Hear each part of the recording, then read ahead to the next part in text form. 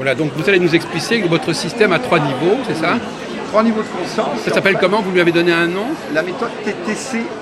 Alors, ça veut dire quoi en français? Tête, cœur, corps et état d'esprit. C'est-à-dire que très souvent, quand vous êtes aligné entre les 3 dimensions, ce qui est l'objectif de toutes nos interventions, tous nos stages, qui permettent à des gens qui sont victimes de stress, de fatigue, d'anxiété, d'insomnie, de douleur, c'est en retrouvant cet équilibre entre les 3 dimensions, arrivent à résoudre leurs problèmes ou de stress, ou de fatigue, ou d'anxiété. Alors, excusez-moi de vous poser une question un petit peu idiote, mais est-ce que c'est nouveau cette idée? Oui, elle est nouvelle parce que très souvent, la plupart des interventions, moi-même j'en étais l'acteur principal, sont des interventions qui portent sur une seule dimension. Vous êtes ici au salon bio. Les gens pensent à traiter leur alimentation. Mais ont-ils des pensées bio? Ont-ils un cœur bio? Je ne le crois pas. Parce que manger bio ne vous procure pas des pensées bio ou des émotions bio. Ouais. Donc il y a tout un travail. Donc qu'on soit psy, qu'on soit prof de yoga, qu'on soit instructeur en technique de méditation, si on ne pratique qu'une seule dimension, on est largement insuffisant. C'est comme si je vous disais, vous avez un problème de moteur, moi je ne sais que changer la roue, je vous change la roue, vous aurez toujours votre problème de moteur. Alors je m'aperçois quand même, bon, je vois par exemple des mots qui traînent comme ça, c'est assez amusant, c'est sympathique ces petits mots comme ça. Alors, apprenez à vous détacher mentalement, ça c'est tout un programme ça. Absolument, absolument. Vous détacher mentalement, c'est ne plus justement être dans la double peine. Un exemple, vous venez d'apprendre le décès de quelqu'un, passer la période où effectivement vous n'êtes pas très bien, il faut vous dire que c'est la vie. Pour revenir à une vie, il faut accepter.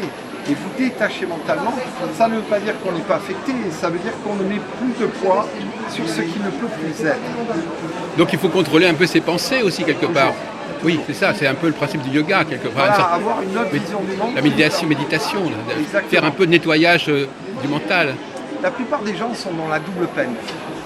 Ils sont dans la double peine. Ils ont un boulot qui les ennuie et en plus ils en culpabilisent. Alors donc finalement, il faut aussi neutraliser, c'est ça, il y a des mots comme ça qui sont importants chez Alors vous. oui, il faut à la fois être dans le détachement mental, dans la neutralité émotionnelle et enfin dans le relâchement corporel. Si Oui. vous avez les 3, alors vous offrez la meilleure version de votre machine, comme on dit, on est une machine, et alors on peut affronter les hauts et les bas de la vie en toute sérénité. Alors qu'est-ce que ça veut dire devenir ambassadeur Zen Mind alors? Alors devenir ambassadeur, c'est de se dire on a une cause qu'on défend, le Ah mieux-être. voilà, c'est ça. On a une cause qu'on défend, le mieux-être, pas le bien-être, le mieux-être. Parce que le bien-être, c'est un idéal de vie, et ça on ne sait pas faire. Par contre le mieux-être, on est capable de l'apporter. Et alors si les gens sont conscients Oui.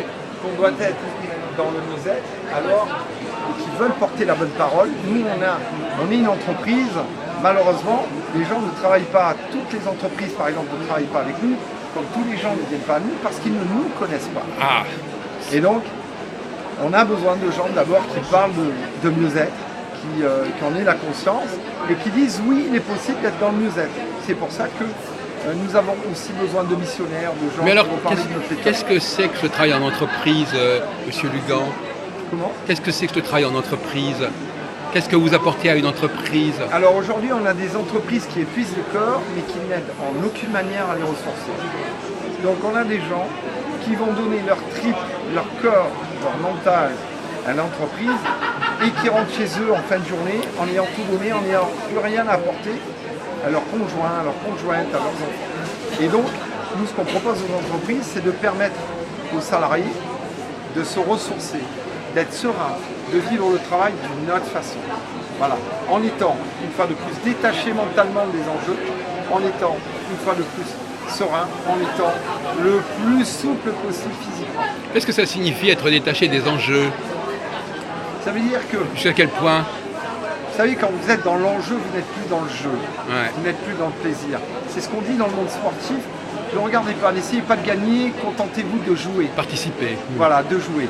Et donc si vous consacrez à ce que vous savez faire et vous y prenez du plaisir, vous n'êtes plus obnubilé par le résultat, par l'enjeu, et donc vous vous consacrez de la meilleure façon possible. On ne peut pas faire deux choses à la fois. Est-ce qu'on peut dire que c'est le plaisir de bien fonctionner quelque part. Absolument, c'est exactement ça. Concentrons-nous à être dans l'instant présent, là où on doit être, en pensant très peu aux résultats qu'on va avoir, et c'est là où on peut donner le meilleur de soi. Alors, si on est occupé et en même temps préoccupé, ça ne marche pas. Je voudrais que vous reveniez sur votre portrait que vous m'avez donné, mais c'était avant l'interview, sur les grandes lignes de ce qui caractérise malgré tout le masculin et le féminin. Parce qu'il y a quand même quelque part des choses qui ressortent, même si on peut les neutraliser. Si on doit les neutraliser, c'est que justement il y a quelque chose qui est là. Oui, alors les tendances lourdes en psychologie, c'est de dire qu'un homme est plutôt égocentré par rapport à une femme qui est allocentrée. Une femme, d'ailleurs, résiste mieux au stress qu'un homme parce qu'elle est centrée sur les autres. Donc elle le vit moins pour elle. Alors qu'un homme, quand il est malade, il est en phase terminale. Donc le travail ne sera pas le même en fait. Pas du tout le même. Et c'est pas du tout sur les mêmes dimensions. Donc un homme, quand il est malade, il est uniquement dans la dimension intellectuelle. Il réfléchit trop, alors qu'une femme, elle est dans la dimension relationnelle, elle oublie son propre mal. Ce qui fait qu'elle est beaucoup plus, en général, résistante au stress qu'un homme. Donc il y a un paradoxe parce qu'en fin de compte, pour pouvoir se confronter à quelque chose ou résister, il faut identifier la chose en question. On peut pas. Il faut savoir d'où on part. Il faut savoir à quoi on a affaire. C'est vrai, mais derrière un stimulus, il y a une réaction. Le stimulus, si on ne peut pas l'empêcher, voilà, vous avez quelqu'un qui arrive derrière vous avec une Kalachnikov, vous avez un stimulus. Et là, vous êtes comment? Vous êtes tendu. Il y a deux options. Soit on vous fait travailler sur vous, pour vous dire, quel que soit le stimulus, vous allez le prendre de façon sereine. Ah oui, c'est-à-dire que vous, au fond, le stimulus n'est pas très important. Non. Ce qui est important, c'est de gérer votre réaction et votre état intérieur. Voilà, dans les forces spéciales, par exemple, à l'armée, tout ce travail est fait. Et donc, généralement, les militaires sont mieux préparés par les entraînements que nous, par exemple, parce qu'on a vécu le 13 novembre, le 11 novembre, etc.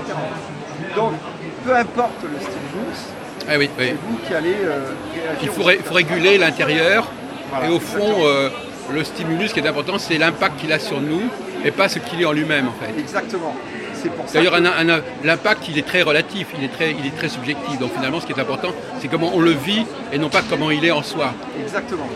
Parce que vous avez deux situations vécues une situation vécue par deux mêmes personnes, vous aurez des réactions totalement différentes. Donc c'est préparer la personne à vivre du mieux possible le stimulus, pour qu'elle le vive bien et qu'elle soit en capacité surtout d'y faire face de la meilleure façon possible. Mais écoutez, je vous remercie beaucoup, Jean-Paul Lugan.